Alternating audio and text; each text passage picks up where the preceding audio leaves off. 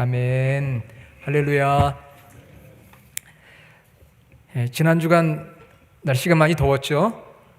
돌아오는 주에도 좀 덥다고 합니다. 뜨거워요. 우리 벨리는 이건 뜨겁습니다. 여러분 신앙에도 그런 뜨거운 열정을 회복하시기를 간절히 원합니다. 날만 뜨겁다 하지 마시고 내 신앙도 좀 뜨거워져야 되겠구나, 이렇게 한번 생각하시면, 긍정적으로 생각하시면은 좋을 것 같아요. 오늘 찬양대가 사랑에 대한 찬양을 해주셔서 또 오늘 말씀하고 매치가 돼서 너무 감사했는데, 여러분 우리 그리스도인들과 또 비그리스도인들, 크리스천과 넌 크리스천, 하나님을 믿는 사람과 하나님을 믿지 않는 사람들의 가장 큰 차이가 있다면 그게 무엇일까요? 가장 큰 차이. 어떤 분은 주일 예배하는 거죠. 맞습니다. 오늘 여러분들이 주일 예배하기 위해 예배당에서 혹은 가정에서 예배하니까 아마 이 예배하는 것이 큰 차이일 거예요. 그 예배하는 것은 하나님을 사랑하는 이 사랑의 표현이에요. 예배가. 월요일부터 토요일까지 우리가 삶의 현장에서 살아가면서 하나님의 사랑을 받은 사람으로 이렇게 사랑하려고 또 애씁니다. 그래서 하나님을 믿는 사람과 하나님을 믿지 않는 사람의 가장 큰 차이는 어디에 있느냐? 사랑에 있습니다. 사랑에 있다. 사랑에 있어요. 이것이 성경 전체가 말씀하고 있는 가장 중요한 주제이고 교훈입니다. 우리 말씀 노트에 나와 있죠. 마태복음 22장 34절부터 40절에 보면 예수님께서 가장 큰 계명이 무엇인지에 대해 설명하시면서 어떻게 말씀하셨습니까? 하나님을 사랑하고 내 이웃을 내 몸과 같이 사랑하라. 하나님을 사랑하고 이웃을 사랑하는 것이 우리 그리스도인들이 넌 크리스천들과 다른 점인 것이죠. 이게 예수님의 말씀이고요. 이게 구약 율법의 핵심이고 요약이에요. 10계명이 바로 하나님 사랑, 이웃 사랑이고요. 예수님께서 우리에게 사랑하라, 하나님을 사랑하고 이웃을 사랑하라, 그렇게 말씀하셨어요. 그러니까 하나님을 사랑하고 이웃을 사랑하는 삶이 바로 크리스천의 삶입니다. 자, 그러면 하나님은 우리에게 긍휼을 베풀라고 하셨어요. 긍휼. 첫 번째로 이 사랑은 긍휼에서 시작이 돼요. 여러분, 긍휼, 사랑, 은혜 비슷비슷하잖아요. 그렇죠? 비슷비슷합니다. 좀 쉽게 설명하면 긍휼은 불쌍히 여기는 마음이에요. 그래서 도와주는 거예요. 마치 의사가 환자를 볼 때 불쌍한 마음이 들지 않겠습니까? 진짜 의사는 그렇죠. 불쌍한 마음이 들어서 어떻게든 내가 가지고 있는 지식과 모든 의료 기술을 통해서 이 사람의 병을 고쳐주어야 되겠다, 돈 많이 벌어야 되겠다, 이게 아니고요. 고쳐줘야겠다, 이런 마음이 의사의 마음 아닙니까? 그게 바로 긍휼이에요. 영어로는 mercy라고 하는데 오늘 저는 compassion이라는 영어를 쓰고 싶어요. 사랑은 무엇이냐 하면은요, 부모님이 자녀를 향한 희생적인 그 마음, 그것이 사랑의 핵심이에요. 희생하는 거. 은혜는 무엇입니까? 은혜는 판사가 죄인에게 무죄를 선고하는 게 은혜예요. 죄를 지었는데 판사가 무죄를 선고해요. 하나님이 우리의 심판자였거든요. 예수님 때문에 우리의 모든 죄를 예수님께 가져가셔서 우리에게 무죄를 선고해 주시고 구원해 주신 거거든요. 그게 은혜예요. 그러니까 이 긍휼, 의사가 환자를 대하는 그 마음, 사랑, 부모가 자녀를 대하는 그 마음, 판사가 누군가 대신해서 죄를 가져가는 바람에 무죄를 선고하는 그 마음, 이것이 바로 은혜. 그래서 긍휼과 사랑과 은혜에 약간의 차이가 그렇게 있습니다. 그런데 우리가 오늘 사랑이라는 말을, 하나님을 사랑하고 이웃을 사랑하자, 이게 우리 크리스천들의 아주 가장 중요한 모습인데 긍휼에서 시작이 된다는 거예요. 다시 말하면 불쌍히 여기는 마음에서 그 사람을 도와주고 그 사람을 위해 희생하는 것, 이게 바로 긍휼이에요. 히브리어로는 헤세드라고 합니다. 불쌍히 여기고 민망히 여기고, 이렇게 성경에 번역이 되고 있어요. 에베소서 2장 4절에 보면 긍휼이 풍성하신 하나님이, 하나님께서 우리를 불쌍히 여기는 그 긍휼이 풍성하셔요. 그래서 우리를 사랑하신 그 큰 사랑을 인하여 허물로 죽은 우리를 그리스도와 함께 살리셨다. 자, 그래서 순서는요, 긍휼에서부터, 불쌍히 여기는 마음에서부터 사랑이 나오고요, 그 사랑에서 은혜가 나오게 되어 있어요. 이거 여러분, 하나님이 우리에게 보여주신 이 세 가지 아름다운 모습, 긍휼, 사랑, 은혜, 저와 여러분도 이렇게 우리의 마음 가운데 긍휼과 사랑과 은혜의 아름다운 보석들을 품으시기를 간절히 원합니다. 긍휼은 사랑에서 시작이 되는데, 긍휼은 불쌍히 여겨서 돕는 마음이에요. 마치 의사가 환자를 대하는 그 마음, 돕는 마음, 그것이 바로 긍휼인데, 오늘 다윗이 긍휼히 여김을 받았어요. 넘버 2에 긍휼히 여김 받은 다윗. 자, 오늘 이제 21장부터 앞으로 마지막 사무엘 상이 끝날 때까지 10년 동안 계속 사울의 핍박을 받고 도망다니는 다윗의 이야기를 제가 말씀을 전해야 돼요. 몇 년 동안 도망다녔다고요? 다윗이 10년을 도망을 다니는데요, 10년 도망자의 삶에 대해서 하나님이 베푸신 긍휼, 사랑, 은혜가 무엇인지 이제 나누게 됩니다. 사울의 핍박을 받은 다윗이 이제 본격적인 도피 생활을 시작을 하는데, 오늘 1절부터 6절까지 같이 읽었거든요. 거기에 보면 여러 가지 내용들이 나와요. 그런데 1절로 6절의 핵심은 무엇이냐 하면은요, 사울에게 쫓기는 절박한 상황 속에서 하나님께서 제사장을 통해 다윗에게 긍휼을 베푸셨다. 이게 핵심이에요. 물론 거기 주변에 다윗이 약간 거짓말한 내용도 나오고요, 또 제사장과 그 숨어서 또 이런 것을 목격하는 이 도액이라고 하는 앞으로 이 폭풍이 일어납니다. 그런 이야기도 나와요. 그렇지만 오늘 읽었던 내용의 핵심은 하나님께서 다윗에게 무엇을 베풀었다고요? 긍휼을 베풀었다는 거예요. 그게 핵심이에요. 어떻게 긍휼을 베풀었느냐? 성소에서 매주 떡을 올려놓습니다. 12지파를 상징하는 12개의 떡을 올려놓는데, 이 떡은 일주일마다 한 번씩 갈아요. 체인지를 한다는 것입니다. 그래서 일주일 지난 떡은 이제 누가 먹느냐 하면은 제사장이 먹는 거예요. 제사장이. 하나님 앞에 바쳐졌던 거룩한 떡이기 때문에 일반인들이 먹을 수가 없어요. 이건 오직 구별된 제사장만이 먹을 수가 있습니다. 보통 떡은 누구나 먹을 수 있지만 거룩한 떡, 즉 하나님 앞에 바쳐졌던 떡은 제사장만 먹죠. 그래서 거기서 유래가 돼가지고 우리가 성찬을 하게 되면 이 성찬 떡이 있잖아요. 그걸 기도합니다. 그리고 나서 성도들에게 나눠주고 남은 게 있어요. 그럼 누가 먹어요? 보통 이제 교회에서 목사님들이 먹습니다. 아니면은 그걸 일반 그 하나님 앞에 바쳐진 떡이기 때문에 성도들이 못 먹고 남은 떡하고 포도주는 목사님 댁으로 가지고 가죠. 그래서 목사님이 남은 포도주를 많이 드시다가 어떻게 될까요?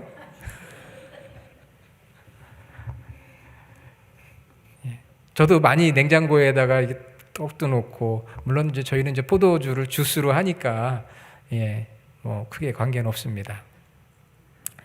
그래서 제사장만이 거룩한 떡을 먹게 되어 있는데, 다윗이 너무 배가 고픈 거예요. 도망자 생활을 하니까 3일이 지났어요. 먹을 게 없어요. 여러분, 3일 동안 지금 도망 다니느라고 먹지를 못했으니까 얼마나 배가 고프겠어요. 그렇죠. 그래서 결국 좀 먹을 게 있느냐고 제사장이 요청을 하는데 보통 떡이 없어요. 지금 마침 이제 떡을 체인지 해가지고 거룩한 떡만 남아있는데, 레위기 24장 8절로 9절에 보면 이건 제사장만이 먹을 수 있는 거거든요. 그게 율법이에요. 제사장만이 먹을 수 있는 게 율법인데 이 율법을 어기게 됩니다. 제사장도 어기고 다윗도 율법을 어겼어요. 어기면 안 되는 거예요. 그건 죄예요. 그런데 어겼어요. 어겼으면 잘못된 거잖아요. 그런데 성경은 그것을 잘못되었다고 말하지 않습니다. 오히려 하나님께서 긍휼을 베푸셨다. 어떻게 아느냐 하면은 이제 바로 뒤에 예수님께서 하신 말씀을 소개하려고 해요.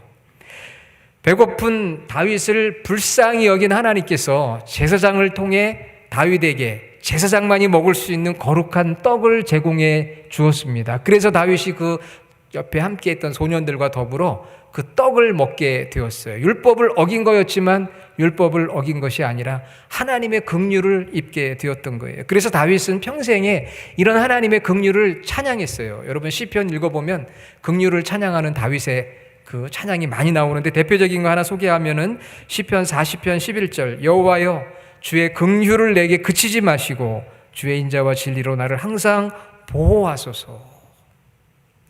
다윗이 이렇게 하나님의 긍휼을 받았기 때문에 불쌍한 사람들을 향한 긍휼의 마음이 있었습니다.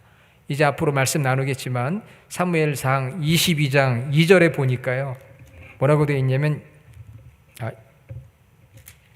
22장 2절 환난당한 모든 자, 빚진 모든 자, 마음이 원통한 자가 다 다윗에게 모였다고 그랬어요. 왜? 다윗이 이렇게 도망다니고 어려움 가운데서 하나님의 긍휼을 입은 자였기 때문에 세상의 불쌍한 사람들은 다 다윗에게 모여드는 거예요. 다윗이 그들을 다 품었어요.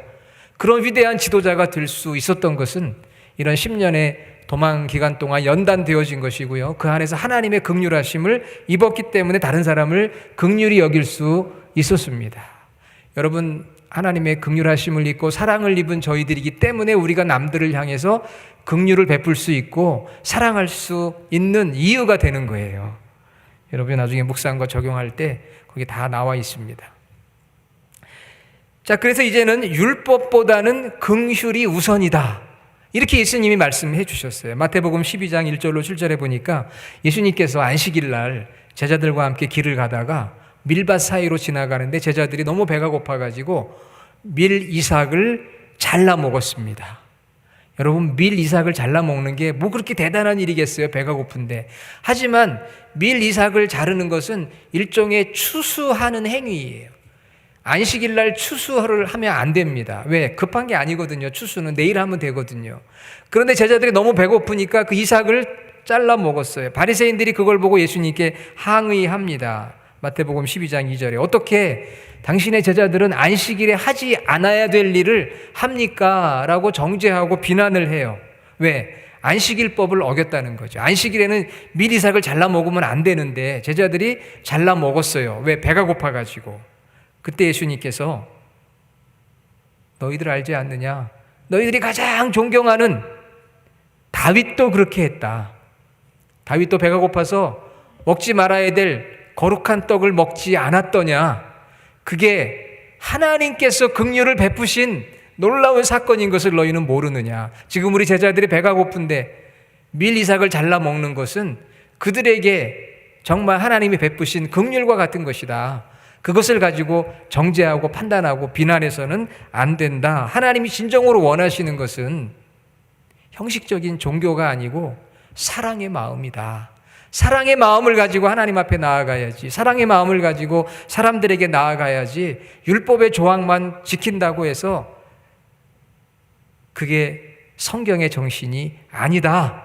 예수님이 이렇게 말씀을 해주셨어요. 그러면서 호세아 6장 8절의 말씀을 인용하셨습니다. 긍휼한 마음 없이 형식적인 종교 생활을 하는 바리새인들을 예수님께서 책망을 하셨어요. 사랑하는 여러분, 우리도 그럴 때가 많습니다. 바리새인들처럼 어떤 법이나 율법이나 규칙이나 조항을 가지고 사람들을 판단하고 정죄할 때가 많아요. 그러나 우리는 하나님의 긍휼을 입은 자이기 때문에 긍휼을 베풀어야 된다고 하는 것이 바로 예수님께서 오늘 본문에 대해서 예수님이 해석하시고 우리에게 주신 말씀이에요. 여러분, 우리가 법으로 구원받은 자들일까요? 아닙니다.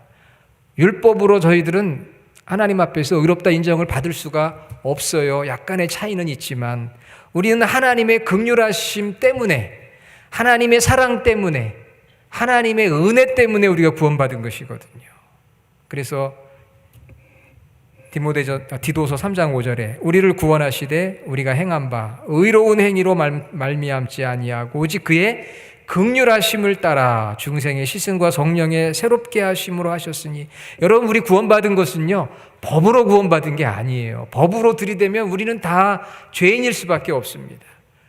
그런데 예수님의 십자가로 인해서 그 죄가 다 예수님께 전가돼 트랜스퍼 되어져서 우리가 하나님 앞에 의롭다 인정받은 것은 하나님의 긍휼과 사랑과 은혜로 구원받은 줄로 믿습니다.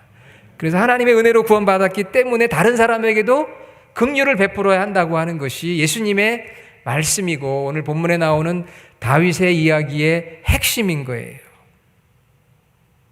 그렇기 때문에 하나님의 긍휼하심으로 구원받은 공동체에 드러나야 되는 것은 바로 긍휼이라는 거예요. 긍휼과 사랑이 우선되어야 한다. 율법보다는 긍휼이 우선이다. 우리가 하나님의 긍휼로 구원을 받았기 때문에 사람을 정죄하고 비판하고 판단하기보다는 불쌍히 여기고 사랑하고 용서하는 일이 바로 우리가 해야 할 일이라고 오늘 본문과 예수님의 해석을 통해서 우리는 깨닫게 되는 것이죠. 물론 예수님의 이 말씀을 적용하는데 반론도 있을 수 있어요. 그러면 뭐 다 용서해야 되느냐? 법은 필요 없는 거냐? 옳고 그른 거는 아무 상관이 없는 거냐? 이런 반론도 있을 수가 있습니다. 그래서 그 상황을 잘 해석을 할 수 있는 분별력과 지혜가 있어야 하는 건 분명하지만 그러나 기본적으로 예수님께서 하신 말씀은 성도는 교회는 계약이나 법적인 것으로 맺어진 관계가 아니라는 거예요.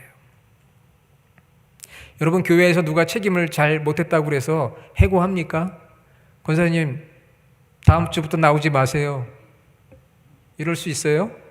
교회는 그런 곳이 아닙니다. 심지어 본인 스스로 교인됨을 포기하고 다른 데 갈지라도 법적인 조치를 할 수 없는 곳이 바로 교회예요. 여러분 교회 올 때 혹시 계약서 쓰고 오신 분 계세요? 저는 이 교회 교인이 되겠습니다. 계약서 쓰신 분 아마 없을 거예요. 그런데 요즘 교회가 점점 법적인 문제 가지고 계약서 쓰고 옳고 그른 게 무엇인지 자꾸 판단하고 정죄하고 그런 모습이 있잖아요.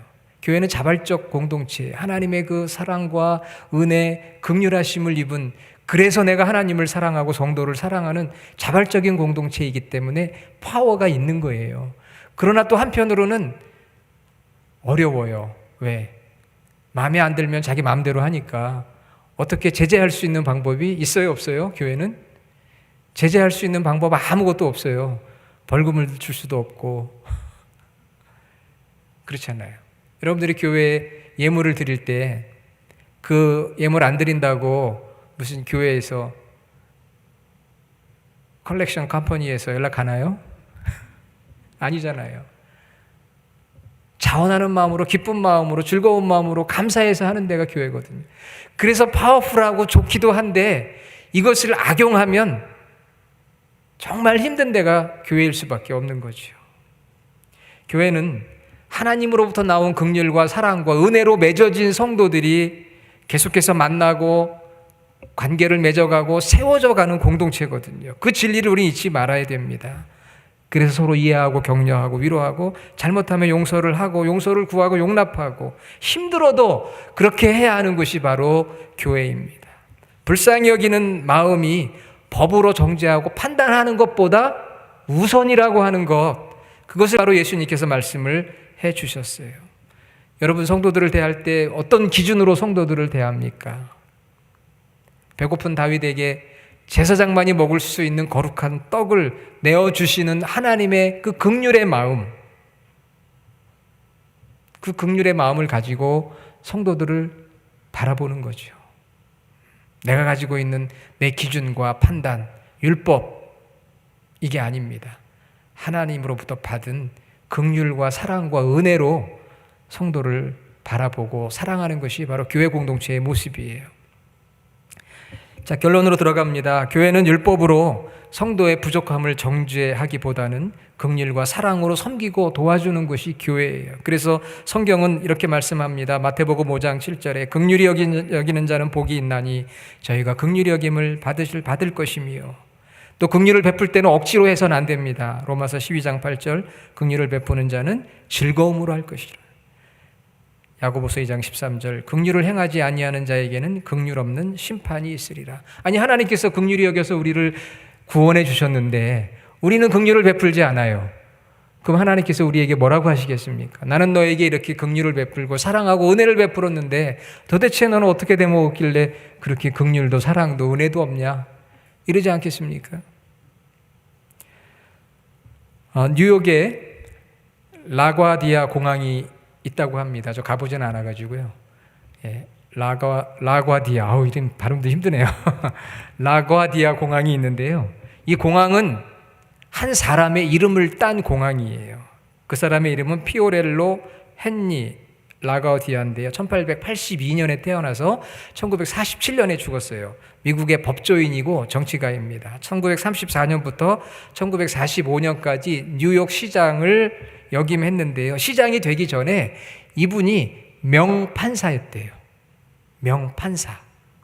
그 판결의 유명한 예가 소개가 되어 있는데요. 1930년 미국이 어땠습니까? 경제 공황이었잖아요. 1930년. 이 경제 대공황에 상점에서 빵 한 덩어리를 훔치고 절도 혐의로 기소된 노인이 있었습니다.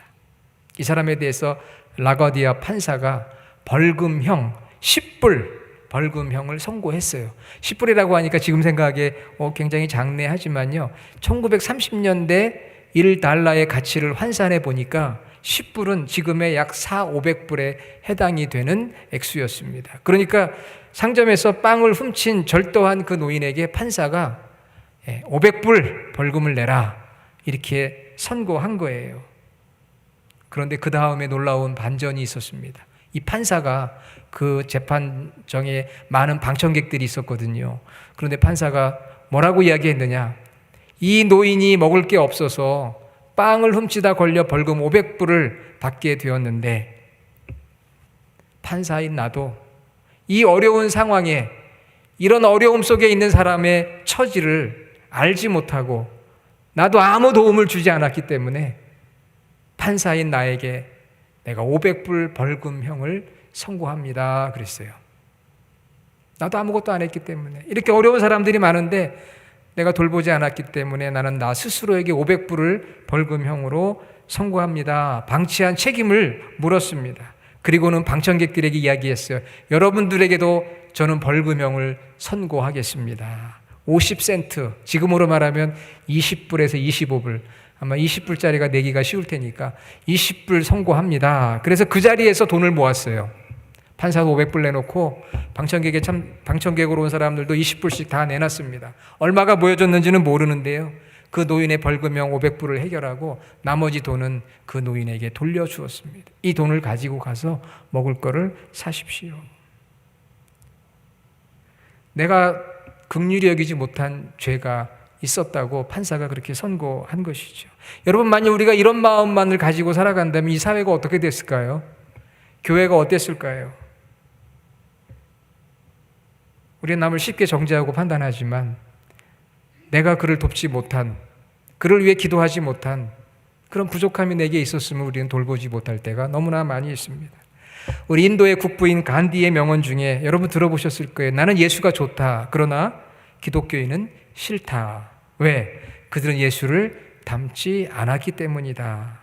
요즘도 예수님은 좋은데 교회는 싫고 교인은 싫다는 사람들이 점점 늘어나고 있어요. 그래서 그 사람들을 가나안 교인이라고 합니다. 한국에서 가나안, 뒤집어 말하면 안 나가 교인이에요. 나 안 나갈 거야 교회. 예수님은 좋은데 교인이 싫어. 여러분, 코로나 지나면서 지금 가나안 교인들이 얼마나 많이 늘어났는지 아십니까? 교회 안 나가는 교인들이 많이 늘어났어요. 이유가 무엇입니까? 여러 가지 이유가 있겠지만 우리 마음속에 주님의 사랑이 없기 때문에, 주님의 긍휼하심이 없기 때문에 사람들이 예수는 좋다고 하지만 교인은 싫다고 이야기합니다. 말만 많지 사랑이 없어서. 오늘 찬양대가 찬양했잖아요. 사랑 없으면 다 소용없다. 사랑이 없는데 유창한 설교가 무슨 소용이 있겠습니까? 사랑이 없는데 유튜브에 그 수많은 목회자들의 설교가 무슨 의미가 있겠어요? 사랑이 없는데 멋진 건물이 무슨 소용이 있겠고, 사랑이 없는데 멋진 이벤트, 프로그램, 이런 게 무슨 필요가 있겠습니까? 예수님께서 친히 보여주신 그 사랑과 긍휼, 그것을 오늘 주님은 우리에게 말씀하셨거든요. 예수님이 말씀하신 긍휼은 나는 좀 여유가 있으니까, 나는 좀 배웠으니까, 나는 좀 힘이 있으니까, 그래 너는 좀 불쌍하지? 내가 좀 도와줄까? 그게 아니에요. 예수님의 긍휼은 컴패션이라고 하는 것입니다. 컴이라고 하는 것은 함께라는 뜻이고요. 패션이라는 것은 우리가 뭐 열정이라는 해석도 있지만 고통, 그래서 패션 위크라고 하잖아요. 고난주간. 컴패션. 다시 말하면 그 사람의 자리에서 역지사지의 입장에서 그 사람과 함께 그 사람의 마음을 알아주고 도와주는 그 긍휼이 바로 예수님의 진정한 긍휼의 모습이거든요. 왜? 하늘 보좌를 버리고 이 땅에 낮은 자의 모습으로 오셔서 제자들의 발을 씻겨주시기까지, 아니 십자가에서 죽으시고 장사 지내기까지 자기 자신을 낮추면서 우리를 긍휼히 여기시고 사랑해 주시고 은혜를 베푸셨던 주님의 모습이 그런 모습이에요. 내가 너보다 좀 나니까 내가 너 도와줄까? 너 불쌍하지? 내가 좀 도와주지. 이게 아니고요. 같은 마음으로 낮아져서 함께 고민하며 함께 고통을 느끼며 함께 돕는 그 마음, 그것이 바로 예수님의 긍휼의 마음이었던 것이고요.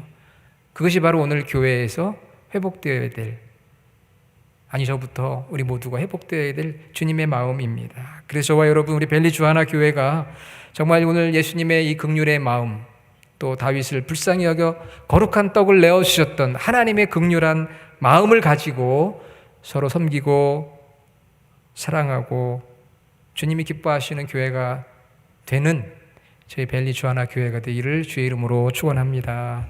아멘.